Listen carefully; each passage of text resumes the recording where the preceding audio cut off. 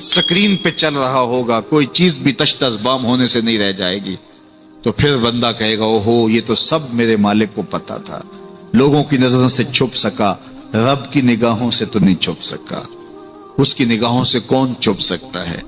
یہ یقین آج اپنی روحوں میں اتار لو، اچھی طرح سے جذب کر لو۔ گناہوں سے بچنے کا اکثیر نسخہ ہے یہ یقین کہ میرا رب مجھے دیکھا ہے۔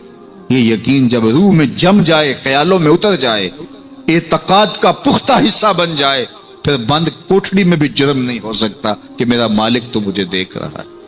آپ دیکھتے نہیں کہ جب ساتوں دروازے بند کر کے بت کے اوپر موٹا کپڑا ڈال کے زلیخا بولی ہے تلک یوسف اب تو آ جاؤ نا، اب تو کوئی نہیں دیکھ رہا، قال معاذ اللہ، تو جناب یوسف نے کہا میں اللہ کی پناہ میں آتا ہوں۔ اللہ اکبر، تو دروازے بند کر کے لوگوں کی نظروں سے چھپ گئی ہے، اور بے نور آنکھیں رکھنے والے اس پتھر کے بت سے بھی حیا کرتی ہے اور اس پہ بھی پردہ ڈال لیا ہے۔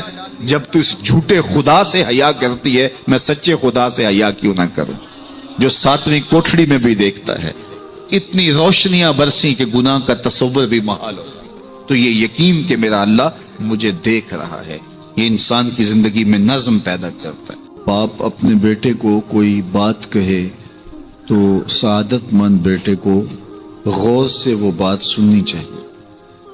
استاد یا شیخ اپنے شاگرد کو کوئی بات کہے تو اسے غور سے اس بات کو سماعت کرنا چاہیے، چونکہ کہنے والا اس کا بزرگ ہے۔ لیکن وہ بزرگ، وہ شیخ، وہ استاد اگر ساتھ قسم بھی کرے تو پھر اور زیادہ مضمون کی اہمیت ہو جاتی ہے کہ یہ کوئی اہم مضمون تھا جس سے قبل قسم کی جا رہی ہے۔ اب یہاں جو ارشاد فرمایا جانے لگا ہے اس سے قبل میرے رب نے رب ہو کے قسم کی ہے۔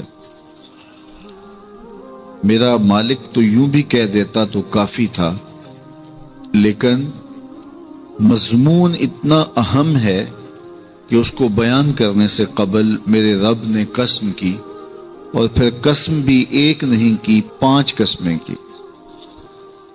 والعادیات ضبحا، قسم ہے ان گھوڑوں کی جب وہ تیز دوڑیں تو ان کے سینوں سے آواز نکلتی ہے۔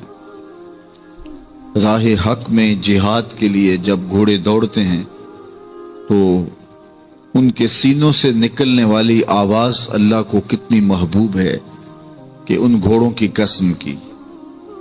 فالموریات قدحا، اور وہی گھوڑے جب برق رفتاری سے دوڑتے ہیں اور پتھریلی زمین میں جب ان کا گزر ہوتا ہے تو ان کے پاؤں سے لگی ہوئی کھریوں کے ٹکرانے سے پتھروں سے جو شرارے نکلتے ہیں، اللہ فرماتا ہے کہ میں ان گھوڑوں کی قسمیں کرتا ہوں کہ جن کے پاؤں سے لگی ہوئی کھریوں کے ٹکرانے سے پتھروں سے شرارے نکلے۔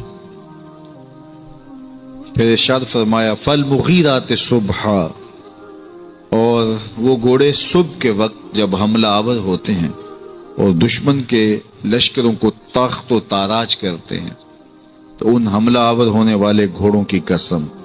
فَأَثَرْنَ بِهِ نَقْعًا، اور جب وہ حملہ آور ہوتے ہیں تو ان کی سموں سے گرد اڑتی ہے، تو اللہ فرماتا ہے وہ گرد اڑانے والے گھوڑوں کی قسم۔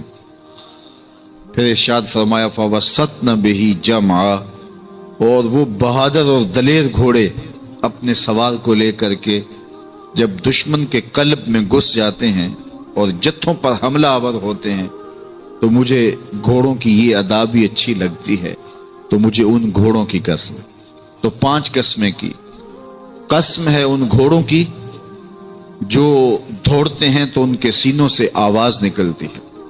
قسم ہے ان گھوڑوں کی کہ جب وہ پتھریلی زمین سے گزریں تو ان کے پاؤں سے لگی ہوئی کھریوں کے ٹکرانے سے پتھروں سے جو شرارے نکلیں۔ قسم ہے مجھے ان گھوڑوں کی جو لشکروں کو تاخت و تاراج کریں۔ قسم ہے ان گھوڑوں کی جب وہ حملہ آور ہوں تو گرد اڑے، اور قسم ہے ان گھوڑوں کی جو لشکروں کے کلیجے چیر دیں اور آگے بڑھ جائیں اور دشمنوں کے جتھوں پہ حملہ آور ہوں۔ تو ان 5 قسم کے گھوڑوں کی میرے رب نے قسم کی ہے۔ اللہ اکبر، میرے مالک ذات کے گھوڑے اور تو ان کی قسمیں کرے۔ تو کہا کہ یہ گھوڑے میرے محبوب کے غلاموں کے ہیں۔ اللہ اکبر، محبوب کے غلاموں کے گھوڑوں کے پاؤں سے لگی ہوئی کھریوں کے ٹکرانے سے، پتھروں سے جو شرارے نکلے رب کو وہ بھی پسند ہیں۔ ذرا غور تو کیجئے، تو ذات کے گھوڑے بھی ہوں لیکن نسبت محبوب سے ہو تو وہ گھوڑے بھی اچھے لگتے ہیں۔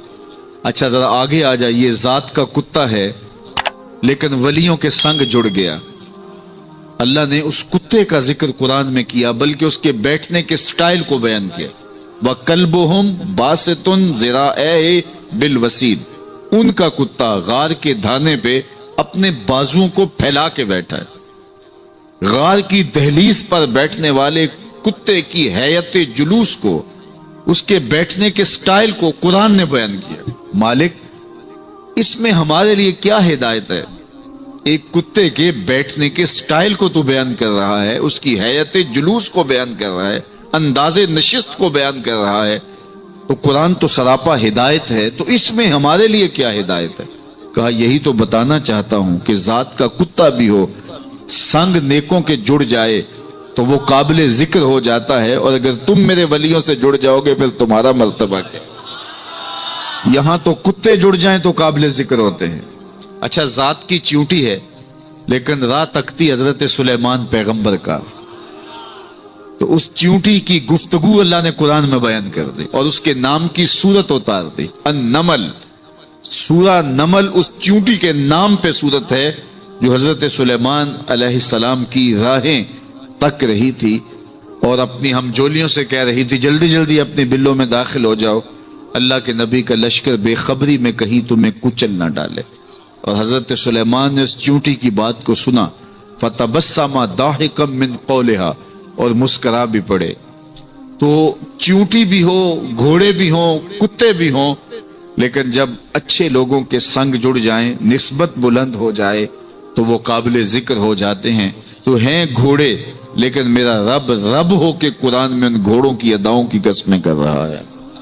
وَالْعَادِيَاتِ ضَبْحًا فَالْمُورِيَاتِ قَدْحًا فَالْمُغِيرَاتِ صُبْحًا فَأَثَرْنَ بِهِ نَقْعًا وَوَسَطْنَ بِهِ جَمْعًا، قسم ان گھوڑوں کی جو تیز دوڑیں تو سینوں سے آواز نکلے، پتھریلی زمین میں جائیں تو پاؤں سے شرارے نکلیں، گرد و غبار اڑائیں، دشمن کے لشکروں کو طاقت و تاراج کر کے ان کے جتھوں میں گھس جائیں، ان دلیر اور بہادر گھوڑوں کی میرا رب ہو کے قسم کر رہا ہے۔ یہاں قسم کی بات چلی تو اللہ نے محبوب کے گھوڑوں کی قسم کی، گھوڑوں کی اداؤں کو پسند کیا۔ محبوب کے غلاموں کے گھوڑے، ان کے پاؤں سے لگی ہوئی کھریوں سے ٹکرانے والے پتھروں سے نکلنے والے شرارے، رب کے وہ بھی محبوب۔ اللہ اکبر۔ تو پھر قسم کی بات چلی تو کبھی گھوڑوں کی قسمیں کی، کبھی محبوب کی راہ گزر کی قسم کی۔ لا اقسم بہذا البلد، مجھے قسم ہے اس شہر کی۔ تو شہر مکہ کی قسم کیوں کی؟ وہاں کعبۃ اللہ ہے، مقام ابراہیم ہے، چاہے زمزم ہے، صفا و مروہ ہے، مزدلفہ ہے، منا ہے، عرفات ہے، قدم قدم انوار کی برستی برکھا ہے، مطاف ہے، حتیم ہے، مستجاب ہے، مستجار ہے، ملتزم ہے، باب کعبہ ہے، سقف بیت اللہ ہے، قدم قدم پہ انوار برس رہے ہیں۔ شاید میرے رب نے قسم اس لیے کی ہو، شاید قسم اس لیے کی ہو، لیکن میرا رب کہتا ہے لا اقسم بہذا البلد، مجھے قسم ہے شہر کی، یعنی شہر مکہ کی۔ کیوں؟ یہاں کعبۃ اللہ ہے، یہاں مقام ابراہیم ہے، یہاں مزدلفہ ہے، منا ہے، عرفات ہے۔ کیوں قسم؟ وانت حل بہذا البلد، محبوب اس شہر کی گلیوں نے تیرے قدم چومے۔ اے انت مقیم فی ھذا البلد، امام قرطبی نے اس کا مفہوم بیان کیا، محبوب آپ کی اقامت اس شہر میں ہے، آپ کے سانسوں کی خوشبو سونگی ہے شہر کی فضاؤں نے، اس لیے مجھے شہر کی قسم کہ محبوب یہاں تم جو رہتے۔ اللہ اکبر. تو محبوب کے شہر کی قسم کی. والعصر محبوب کے زمانے کی قسم کی. والضحیٰ محبوب کے چہرے کی قسم کی. واللیل محبوب کی لٹکتی زلفوں کی قسم کی. کبھی کہا محبوب تیرے چہرہ زیبا کی قسم, کبھی کہا تیری زلف عنبری کی قسم, کبھی کہا تیرے شہر نور کی قسم, کبھی کہا تیرے زمانہ ہنسی کی قسم. اور پھر قسم کا باب چلا تو بات کہاں تک پہنچی. محبوب نہ صرف تیرے شہر کی قسم, نہ صرف تیری گلیوں کی قسم, نہ صرف تیرے چہرہ زیبا کی قسم, نہ تیری زلف نور کی قسم, نہ تیرے عہد زرعی کی قسم. محبوب تیری قسم تو ہے ہی تیرے غلاموں کے گھوڑوں کے پاؤں سے لگی ہوئی کھریوں کے ٹکرانے سے جو شرارے اڑتے ہیں. میں خدا ہو کے ان شراروں کو بھی پسند کرتا ہوں اور ان گھوڑوں کی بھی قسمیں کرتا ہوں. یہ قرآن ہے نا. والعادیات ضبحا, قسم ہے محبوب تیرے غلاموں کے گھوڑوں. اللہ اکبر. قسم ہے ان کے سینوں سے نکلتی آواز کی, قسم ہے ان کے پاؤں سے نکلتے ہوئے شراروں کی, قسم ہے ان کی خوبصورت اداؤں کی, ان اداؤں والوں گھوڑوں کی قسم. اللہ اکبر. یہ قسمیں کرنے کے بعد جواب قسم کیا ہے؟ دیکھیے میں یہاں بیٹھا ہوں اور میں گفتگو کے آغاز پہ ہی قسمیں اٹھانا شروع کر دوں. مجھے قسم ہے رب کعبہ کی, مجھے قسم ہے عرش الہی کے مالک کی, مجھے قسم ہے زمین و آسمان کے خالق کی. تو قسموں پہ قسمیں کرتا جاؤں تو جو مجھے غور سے سننے کا عادی نہیں بھی ہے تو وہ بھی متوجہ ہو جائے گا اور سننے کے لیے بے چین ہو جائے گا کہ حضرت قسموں پہ قسمیں اٹھائے جا رہے ہیں, کوئی بات ہے آج. تو میرا رب رب ہو کے قسمیں کر رہا ہے. تو اس کے بعد جواب قسم کیا ہے؟ تو کان کھڑے ہو گئے, روحوں میں پیاس بڑھ گئی اور سماعتیں بچھ گئی کہ میرے مالک تو قسموں پہ قسمیں کر رہا ہے. کبھی گھوڑوں کی اداؤں کی قسمیں, کبھی ان کے سینوں سے نکلتے ہوئے جو ہے وہ اس مہیب آواز کی قسمیں, کبھی پاؤں سے اڑتے ہوئے شراروں کی باتیں, اور کبھی ان کے پاؤں سے اڑتی ہوئی دھول کی کہانیاں. تو قسم پہ قسم, اور قسمیں بھی گھوڑوں کی, تو کوئی بات ہوگی. تو ایک دم کان کھڑے ہو گئے. تو جواب آیا ان الانسان لربہ لکنود, بے شک انسان اپنے رب کا ناشکرا ہے, انسان اپنے رب کا ناشکرا ہے. قسمیں گھوڑوں کی, ان کی اداؤں کی اور ناشکرا حضرت انسان کو کہا. یہ کتنی لطیف چوٹ تھی جو حضرت انسان کو ماری گئی. یا اللہ ہمیں ناشکرا کہنا تھا تو کہیں اور مقام پہ کہہ لیا جاتا. گھوڑوں کی تو قسمیں کرے اور ہمیں ناشکرا کہے. گھوڑوں کی قسمیں ہو رہی ہوں اور انسان کو ناشکرا کہا جائے. انسان کو ناشکرا کہنا تھا تو کسی اور موقع پہ کہہ لیا جاتا. کہا یہی تو سمجھانا چاہتا ہوں کہ چم میٹھا نہیں ہوتا, کم میٹھا ہوتا ہے. تو ذات کے گھوڑے بھی ہوں لیکن کام کریں تو مجھے وہ بھی اچھے لگتے ہیں. اور تم انسان بنے ہو, نقوش بڑے اچھے ہیں, قدے رانا رکھتے ہو, جھیل جیسی آنکھیں ہیں, اور تم چلتے ہو تو قیامت چلتی ہے, لیکن مجھے تم اچھے نہیں لگتے اگر تم ناشکرے ہو. یہ ہیں ذات کے گھوڑے لیکن میرے محمد عربی کے غلاموں کے غلام ہیں, مجھے اچھے لگتے. تو وہ چم نہیں دیکھتا, وہ کم دیکھتا ہے. تو ذات کے گھوڑے بھی ہوں لیکن نسبت ہو میرے حضور سے, نسبت میرے رسول سے ہو تو رب کو وہ اچھے لگتے ہیں. تو کہا والعادیات ضبحا فالموریات قدحا فالمغیرات صبحا فاثرن به نقعا فوسطن به جمعا ان الانسان لربہ لکنود. بے شک انسان اپنے رب کا ناشکرا ہے. اللہ اکبر. پھر فرمایا وَإِنَّهُ عَلَى ذَلِكَ لَشَهِيدٌ. اس پر کسی دلیل کی ضرورت نہیں ہے کہ یہ ناشکرا ہے, یہ خود اس کا گواہ ہے. ذرا اپنے اندر اتر کے دیکھے کہ یہ کھڑا کہاں ہے, یہ کس قدر نعمتیں پانے کے باوجود شکوے کی زبان کھولے رکھتا ہے. یہ ناشکرا ہر وقت اس کی نعمتوں کی ناشکری کرتا رہتا ہے. جتنی نعمتیں اس کو عطا کی, اس کو تو ہم نے جو چمکتی روشن آنکھیں دی ہیں, اس کو بولتی زبان بخشی ہے, خوبصورت چہرہ دیا ہے, قد رانا بخشا ہے, اس کو دماغ دیا ہے, دماغی قوتیں عطا کی ہیں, اور اس کو سننے والے کان دیے, اس کی زبان پہ ذائقے رکھ دیے, نظام انہضام, نظام تنفس, کیا کیا نہیں سے عطا کیا. لیکن ہر وقت یہ ناشکری کے کلمات ہی بولتا رہتا ہے. میرے پاس یہ بھی نہیں، یہ میرے پاس یہ بھی نہیں، میرے پاس یہ بھی نہیں. دیکھیے اس کے پاس کیا کیا اس کے مالک نے عطا کیا ہے. تو یہ ہر وقت ناشکری، اور پھر جوں جوں ہم قیامت کے قریب ہوتے چلے جا رہے ہیں ناشکری بڑھتے چلی جا رہی ہے. میں کوئی بہت لمبی عمر نہیں رکھتا، لیکن مجھے آج سے 35 سال پہلے کے حالات کی ہوش ہے، اور جو میرے سے زیادہ عمر میں ہیں وہ اس سے پہلے کے حالات جانتے ہیں. تو میرا بنیادی طور پہ ایک دیہات سے تعلق ہے، تو میں اچھی طرح جانتا ہوں کہ لوگوں کے پاس جو آج کچھ ہے وہ آج سے 35-40 سال پیچھے نہیں تھا. بالخصوص دیہاتوں کے اندر لوگوں کے پاس ایک یا دو جوڑے ہوتے تھے اور انہیں بار بار پہنتے تھے.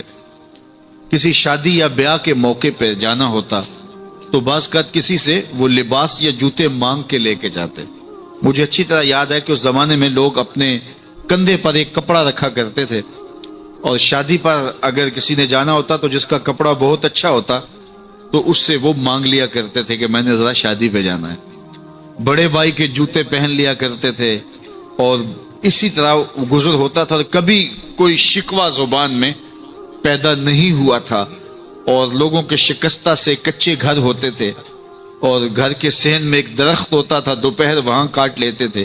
اکثر لوگ دوپہر کا کھانا تیار نہیں کرتے ہوتے تھے، دودھ پی کر کے ہی گزارا کر لیتے تھے. صبح کو ناشتہ اور شام کو کھانا ہوتا تھا، لیکن اس کے باوجود اللہ کا شکر کیا کرتے تھے. یہ پچھلے دن میں گزرا تو دیکھا کہ بچے کھیل رہے ہیں اور غبارے پھوڑ رہے ہیں، اور جب غبارہ پھٹتا ہے نا تو بچے خوش ہوتے ہیں، کہہ لگاتے ہیں. پھر دوسرا غبارہ ہے وہ اس سے کھیلنے لگ جاتے ہیں، اور پھر جب وہ پھٹتا ہے تو پھر خوش ہوتے ہیں.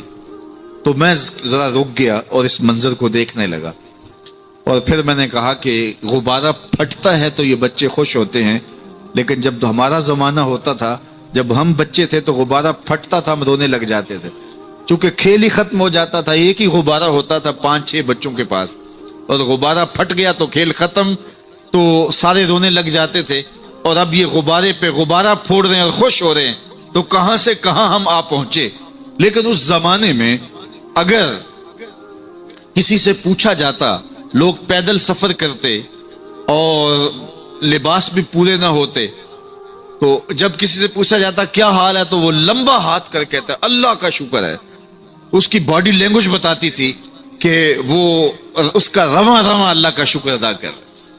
تو اس کا لہجہ بتاتا تھا، اس کا انداز بتاتا تھا کہ وہ اللہ کا شکر کس گہرائی قلب سے کر رہا ہے. تو وہ کہتا ہے اللہ کا شکر ہے. اور آج جب کہ اتنی نعمتیں لوگوں کو میسر ہیں، اتنا کچھ نصیب ہے، عالی نصب گھروں میں رہتے ہیں، لمبی لمبی گاڑیاں ہیں، سہولتیں ہیں، آسودگیاں ہیں، آسائشیں ہیں، مالی آسودگی ہے، رہائشی آسودگی ہے، کھانے پینے کے وافر سامان ہیں، ٹیبل پہ اتنے کھانے لگے ہوئے ہوتے ہیں کہ باری نہیں آتی کھانے کی. اور اس قدر لباس ہے کہ موسم گزر جاتا ہے اور بعض لباس بدلنے کی باری نہیں آتی. لیکن اس کے باوجود کسی سے پوچھے جناب کیا حال ہے، آسودہ حال شخص سے بھی پوچھیں تو وہ بھی بڑے آہستگی سے کہتا ہے بس چل ہی رہا ہے. تو وہ زمانہ تھا کہ جب لوگوں کے پاس کچھ تھا نہیں تو لمبا ہاتھ کر کے کہتے، تشکر کا لہجہ کتنا دل آویز تھا، اللہ کا شکر ہے. اور آج کہتے بس گزر ہو ہی رہی ہے، بس چل ہی رہا ہے. تو ناشکری بڑھتی چلی جا رہی، اتنا کچھ ہونے کے باوجود جو ہے وہ ان کا بھی چل ہی رہا ہے. تو کہا ان الانسان لربہ لکنود، بے شک انسان اپنے رب کا ناشکر ہے. اتنی نعمتیں کھانے کے باوجود، اتنی دولتیں سمیٹنے کے باوجود، اتنی عزتیں پانے کے باوجود، اتنی آسائشیں حاصل کر چکنے کے باوجود، دولت کے اتنے انبار رکھنے کے باوجود، اس کی زبان بولتے ہوئے کتنے بخل سے کام لیتی ہے کہ بس گزر اوقات ہو ہی رہی ہے. اور میاں تیرے رب نے تجھے اتنا کچھ دیا، یہ دولتیں، یہ دولتوں کے انبار، یہ آسودگیاں، یہ بہاریں، یہ سب کچھ نہ ہوتا، تجھے زندگی بخش دی تھی، اس کا ہی شکر تیرے اوپر واجب تھا. اللہ اکبر. اللہ نے حضرت انسان کو یہ جو کچھ دیا ہے، کتنی چیزیں ہیں ہمیں پتہ بھی نہیں کہ وہ نعمت ہے، لیکن اللہ نے ہمیں عطا کی. دنیا کا ایک امیر ترین شخص تھا اناسس، تو اس کے یہ آنکھوں کے جو پپوٹے تھے یہ کام کرنا چھوڑ گئے. ہمیں کبھی اس کا احساس بھی نہیں ہوا کہ یہ کوئی نعمت ہے. آٹومیٹک سسٹم میرے رب نے لگایا ہے، ادھر تنکا اڑا ادھر آنکھ بند ہو گئی. لیکن اس کو مسئلہ کیا ہوا کہ یہ پٹھے اس کے ختم ہو گئے اور وہ اپنی مرضی سے آنکھیں نہیں بند کر سکتا تھا. ڈاکٹر سلوشن ٹیپ لگا کے آنکھیں کھول دیتا اور جب اس نے سونا ہوتا تو وہ بند کر دیتا. دنیا کے امیر ترین لوگوں میں سے ایک نام تھا. تو کسی نے اس سے پوچھا کہ تیری زندگی کی سب سے بڑی خواہش؟ اس نے کاش اپنی آنکھیں اپنی مرضی سے کھول سکوں. کہا اس کے لیے تجھے کوئی قیمت لگانی پڑے تو کتنے پیسے لگا سکتا ہے؟ کہا ساری دولت لگ جائے، کاش میں اپنی آنکھیں اپنی مرضی سے کھول سکوں. مجھے یہ بتائیے کہ حضرت انسان کو کیا کچھ نہیں اللہ نے دیا. یہ لعاب ہے نا، لعاب ہم روز تھوکتے ہیں، یہ مقدار سے کچھ کم ہو جائے تو بولنے میں دقت، نظام خراب. یہ جو لعاب ہمارے منہ میں آتا ہے جو ہم تھوک دیتے ہیں، یہ قدرتی گریس ہے جو بولنے میں مدد دیتی ہے، نظام انہضام کو ٹھیک رکھتی ہے. اور اگر یہ لعاب کم ہو جائے مقدار سے تو نظم خراب ہو جائے. اللہ اکبر. تو ہم نے کبھی سوچا کہ یہ بھی نعمتیں ہیں؟ باقی روشن آنکھیں، چمکتا چہرہ اور زور آور ہاتھ، چوڑی چھاتی، دھڑکتا دل، اور کہتے ہیں اس دماغ کا اگر کمپیوٹر تیار کیا جائے تو نیو یارک شہر سے بڑا ایک بکریاں چرانے والے شخص کے دماغ کا کمپیوٹر بنے.